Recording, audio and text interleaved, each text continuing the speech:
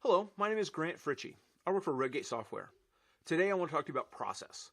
Process is vitally important. Process is a big part of how we get things done, especially when we are talking about DevOps, we're talking about database lifecycle management, we're talking about protection for our production systems.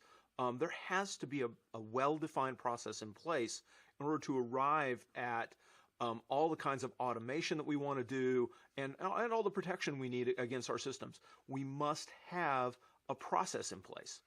Now, let's talk about process. Last month, I traveled over to the UK to visit Redgate HQ. I love going to Redgate. And I got stuck at the airport.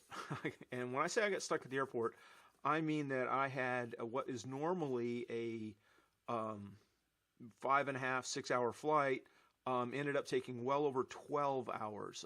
We were several hours on the ground in Boston, then the normal flight process, and then we were more than 4 hours on the ground in Heathrow. Now, what the heck happened?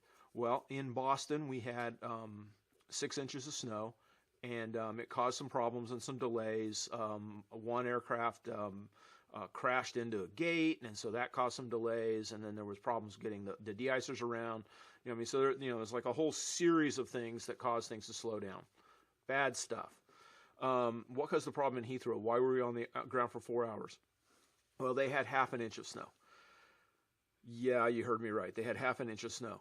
And they had processes in place for dealing with that snow, but those processes had not been tested, and those processes had assumptions that were bad.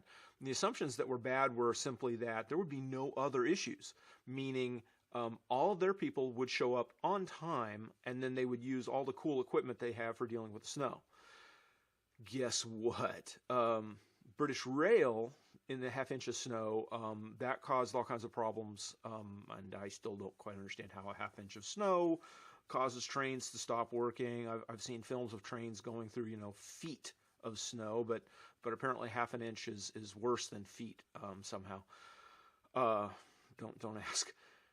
Anyway, their process consisted of assumptions that were not tested and validated, and therefore when the feces hit the rotating air oscillator, figured out everything died. It all stopped. So there was more than 50 planes sitting on the tarmac at Heathrow with nowhere to go because there weren't crew to clear the ice off the planes. There weren't crew to run the de-icers. There weren't crew to plow the runways. The crew just didn't exist to get things done.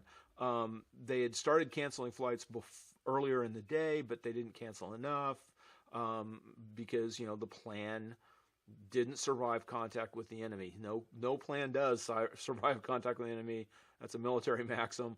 But the basic idea here is that when you set up your process, you want to be able to trust your process. And the main way to trust your process is you must test your process, and you must test the assumptions that define the process. If you're simply relying on the process to work, period, because you've defined it, it's not going to. So if you're looking at your DR process and you've not tested it, you must test it. If your DR process assumes that you're going to be able to travel from one location to another as part of that DR process, you're probably wrong, because whatever situation or emergency that's going to enable your or enact your DR process is probably going to prevent travel. So you're making assumptions that are untested, unverified, possibly inviolate of everything that's going on inside your process. So you need to make sure that you're testing your processes and testing the assumptions that define those processes. Otherwise, you too will at least be figuratively stuck on the Heathrow tarmac for 4 hours. Thank you for listening. My name is Grant Fritchie. I work for Redgate Software.